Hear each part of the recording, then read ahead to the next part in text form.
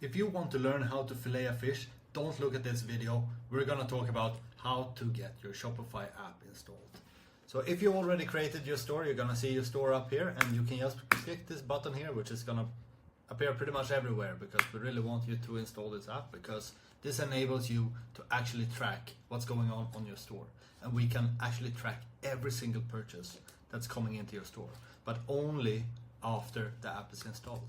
So if you did everything correctly, you're just gonna get redirected back to TrueROAS here. If you see a paywall, probably you didn't start the store in the right way, and you can just ask a question here if you have any questions. So we have a live AI clone, but we also have people there a couple of hours per day to fix the urgent problems. So if you have any questions, feel free to ask there. We also have an onboarding call if you need some help, but that's it. That's all you need to do to get the Shopify app installed and start tracking everything.